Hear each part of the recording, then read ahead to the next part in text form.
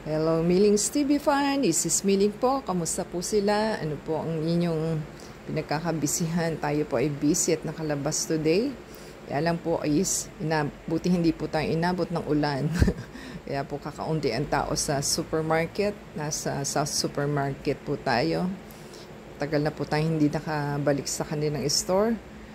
Ilang months po bago tayo nakabalik. So, tayo po ay maraming bibilhin. Kaya mas mura po kasi sa kanila at nandyan na po sa kanilang supermarket lahat. May furniture, may shoes, may clothes.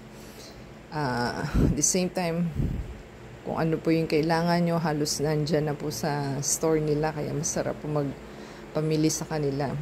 So, anything na halos nandyan, pati po yung mga hardware, mga plants, nandyan po sa kanila. Kaya masarap po mamili.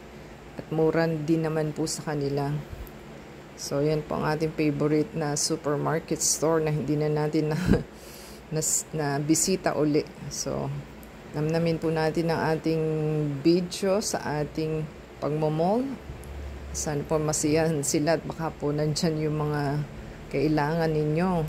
So, napapabilis lang po yung ating video kasi nagmamadali na rin po tayo at gutom na po ako.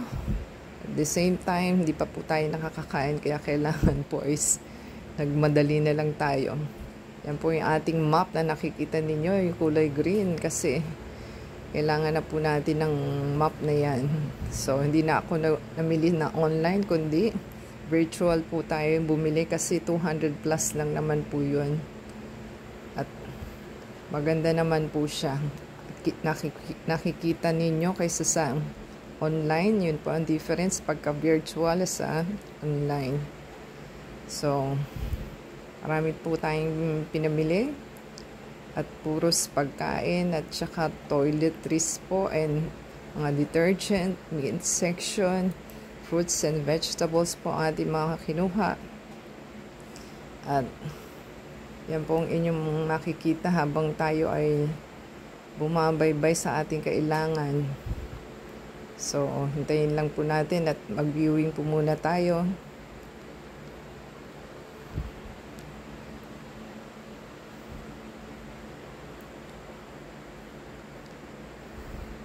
Ang na-miss ko po sa kanila is yung ating sausage na Johnsonsville kasi wala po sa ibang mall. Imported po kasi yung ating sausage. So, dyan lang po natin siya nakikita. So, sa ibang mall po wala kasi noon. So, yan po ang ating na-miss, yung Johnsonsville sausage. Kaya lang po is mahal. 300 plus ang isa sa 6 pieces. So, kumuha po tayo ng dalawa. At bumili rin po tayo ng beef. Yun po ang favorite na ating kasama.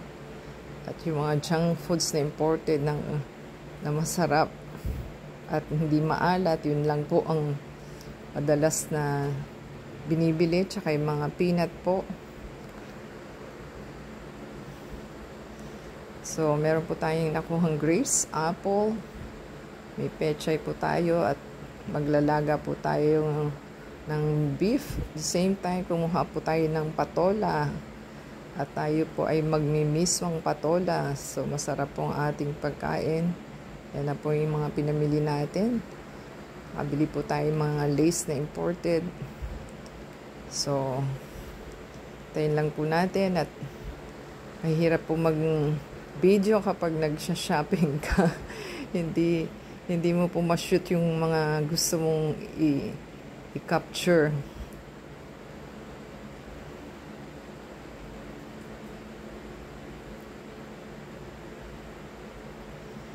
So, tayo po ay nagmamadali na dahil gutom na po tayo at hindi na po tayo nakakain sa tamang oras. So, bumaybay po kasi tayo from Robinson to South. At marami po kasing tao sa Robinson. So, yan po ang ating napiling place na ating pag-groceryhan. Sa tagal po, hindi tayo nakabalik. Ilang months na po.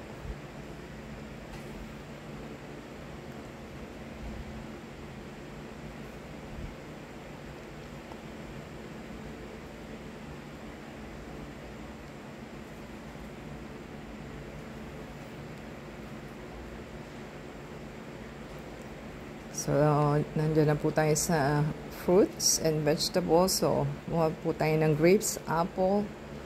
Nandiyan din po yung vegetables nila. Buha po tayo ng kalamansi.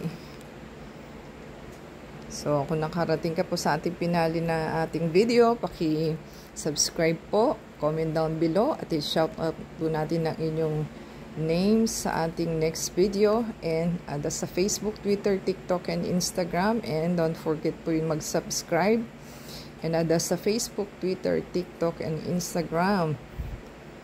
So ano po yung nagustuhan nila ang ating video, paki-play po ang ads and video from beginning to end. Until next time po, ano po ang ating pinali.